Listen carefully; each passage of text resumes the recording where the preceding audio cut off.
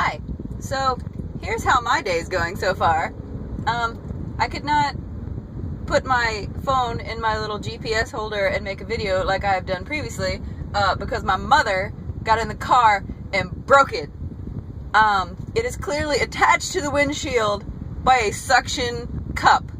I don't know if you're familiar with suction cups, but if you break the suction, they come right off. Apparently that just confused the shit out of her, that alien technology that clearly came to planet Earth 2 seconds before she had to deal with it. Just grabbed it and she was like, oh, it's stuck, and essentially just yanked on it until she busted it. There's a little lever that all you gotta do is push it and it releases the suction. Or God forbid you grab the edge of the suction cup and pull just a little bit, it releases the suction. Oh, no. She grabbed the arm and started I don't know what she was doing with it, apparently leaning on it, and snapped it in half. So, yay. So, I'm holding it down low so that I don't get arrested. Well, not arrested. That would be stupid. You're on your phone, you're going to jail. But so I don't get a fine for being on my phone while driving. But officer, I wasn't texting, I was making a video about my day. Clearly, you should not give me a fine. Cheese. But that's not the point of this video. People are special. People are special snowflakes. And today's been a day, and I just felt the need to share with you all. Number one, I got an email this morning that I think by far beats all the other emails I have gotten. Now, I have gotten emails from people professing their undying love to me,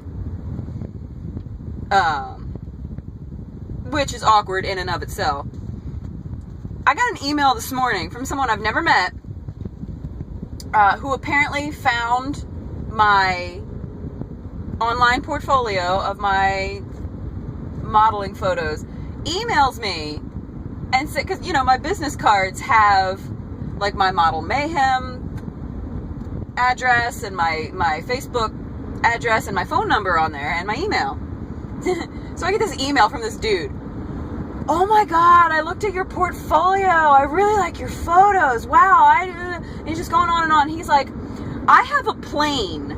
I would really like you to come to my house, get on my plane, and I want to fly you to the Kentucky Derby today. He's like, I realize you probably don't have anything to wear, so once we land, we can take a car and go shopping and get you a new dress, and if you need it, shoes and a hat.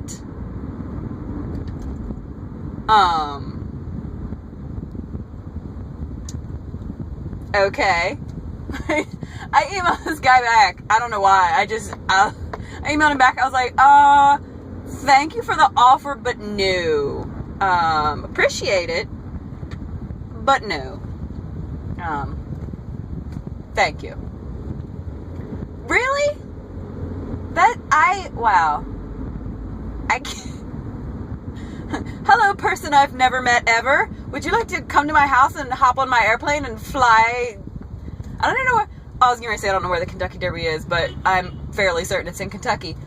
But really? I have never met you in my life. I'm not getting on a plane with you and going anywhere. Wow. Especially me. I have weird shit happen to me going to the supermarket 15 minutes from my house.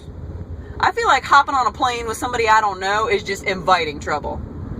Number two, for those of you keeping count, I'm late now for a shoot I have to go to because I was supposed to stop off on the way there and pick up one of those bike seats that you put on the back of your bike for the baby, because Soren has outgrown the one that I had, so I have to buy a bigger one so that he can go on bike rides with me. And I emailed this dude who put up a Craigslist about having one, and he was selling it for really cheap, and I was like, awesome. And he was like, okay, and I was like, I'll come by on Saturday and pick it up. He's like, cool, what time are you coming? Now, traffic can be interesting, so I didn't want to tell him I will be there exactly at 1, because I didn't want him to be like, it's 1:05, F you, which some people will do. So I was like, I will be there somewhere around 1. I'll be there very close to 1. And he emailed me back, okay. I thought that meant, okay, end of transaction, no need to further communicate. Because I feel like that's very, I will be there somewhere around 1 on Saturday, okay. I feel like there didn't really need to be any further communication, unless there was a problem. So I show up at his house, ring the doorbell, this woman opens the door, she pops her head out the door, all suspicious. She's like, hello? I was like, hi, I'm here to pick up the baby bike seat. The what? The baby bike seat. The baby? No, not the baby. The baby bike seat. The what? There was a Craigslist ad. You're selling bike seat for a baby. I'm here to pick it up. I emailed you about it. Oh, no, I know nothing about the baby. I'm like, oh, Jesus. I'm like, is there somebody else here? Because I knew I had the right address, unless somebody was playing a prank on me. And she's like, oh, no, do you know about the baby? I was like, Jesus. So I pull up the email on my phone, and I show it to her. She goes, oh, no, this email is from my husband. And I was like, is he home? And she's like, oh, no. I'm like, can you call him? Because I'm supposed to be picking up a baby bike seat, and I just drove an hour and 45 minutes to get here. Now, mind you, I'm on my way elsewhere. Like, I didn't just drive an hour and 45 minutes to pick up a bike seat. That would have been dumb. But still, it's Bethesda. I live an hour and 45 minutes away. I'm not going to be back by here anytime soon. Ah! Don't hit me. But officer, I was making a video. There was a thought in there somewhere. Oh, so she's calling her husband, and she's yelling at him in what I assume is Russian. And she's like, here, you talk to him. So she hands me the phone, and I'm like, hello? And he's like, hello, you are at my house? Yes, that's the address you gave me. Oh, I did not know you were coming. I was like, I'm fairly certain I sent you an email telling you I was coming at 1, and you said, okay. He's like, oh, no, you say you were coming around 1. I didn't know what time you were coming. Around 1. And I showed up at 1 o'clock. It was like 1 o'clock on the nose. And he was like, oh, well, I did not know when you were coming, so I decided to go into work. I can be home in half an hour. I was like, dude, I have somewhere else I need to be. Like, I thought you were just going to have it sitting on your front porch.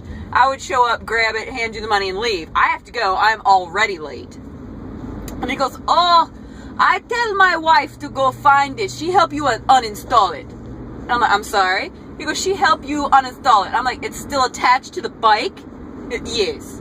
You uninstall it, then you know how to put it back on. Okay.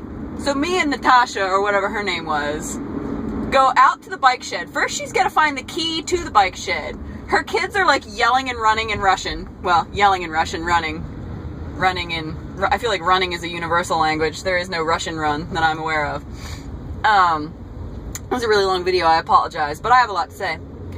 And again, there was a thought in there somewhere. Oh, yeah, so she's trying to unlock the shed. The bike that the seat in question is on is buried in the back of the shed behind all the other family bikes. So now me and Natasha, who's dressed in like a very nice white blouse with some long ass red nails, are trying to remove the bikes from the shed. Like, one fell, because they're like stacked up. One fell and like hit her in the chin. So now she's got like this big old grease spot on her chin. And we finally get the bike in question out, and she goes, I should just give you the whole bike, and you'll take it, because it's his bike, and that'll teach him that. She's just yelling and mad at him. So it takes us a while. It took us about 10 minutes. She had to go find tools. She's like, I don't know. Do they need the tools? We need the tools? I'm like, yeah, we need the tools. Do you know where the tools are? I'm like, I don't live here. I don't know. Do you know what tools we need? No. We're gonna need a wrench of some sort, but I don't know what size. Okay, I go find tools. She comes back with like a pair of needle nose pliers and a crowbar. She goes, this is all I could find. I was like, alright, we'll make it work. So I get the bike seat off. The whole time she's apologizing to me. I'm so sorry. I don't know what's going on. Her daughter's like, Mommy, push me. He's on the swing. And finally, I get the damn bike seat off. And in my head, I'm thinking, okay, these people have made me ridiculously late. I'm like, she should just offer to give it to me at this point. Or at least be like half off or something. No, this woman, I turn around, she's standing there with her hand out. She's like, okay, money please. Like, really? It's like, you were gonna yell at him and you're apologizing profusely the entire time and talking about how you should just give me his bike. But you're just like, payment please. So now I'm on my way to my shoot that I'm very late for and stuck in, I don't know if you can see it, but I am stuck in all kinds of traffic. So yeah, that's my day.